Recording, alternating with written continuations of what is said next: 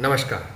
मुंह से दुर्गंध आना या हेलिटॉसिस एक आम समस्या है जिसकी वजह से हो सकता है आप अपने मित्रों, परिजनों, सहकर्मियों या रिश्तेदारों से बात करने में संकोच महसूस करें या सार्वजनिक रूप से आपको शर्मिंदा होना पड़े।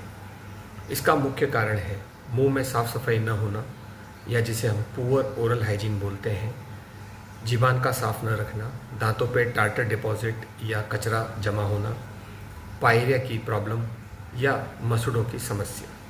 इसके अलावा जो लोग कृत्रिम दांत या डेंचर्स यूज़ करते हैं, अगर वो उन डेंचर्स को नियमित रूप से साफ न रखें तो भी हो सकता है मुंह से बदबू बनी रहे।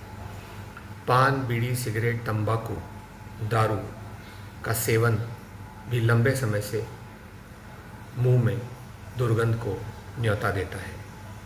यदि आप साइनोसाइटिस, सर्दी जुकाम, मुंह से सांस लेने की समस्या, गैस्ट्राइटिस, गैस्ट्रोइसोफेजल रिफ्लक्स डिसऑर्डर, एसिडिटी, श्वास के किसी रोग, डायबिटीज़, किडनी की डिसऑर्डर या लिवर डिसऑर्डर से पीड़ित हैं तो भी हो सकता है आपके मुंह से दुर्गंध की समस्या बनी रहे।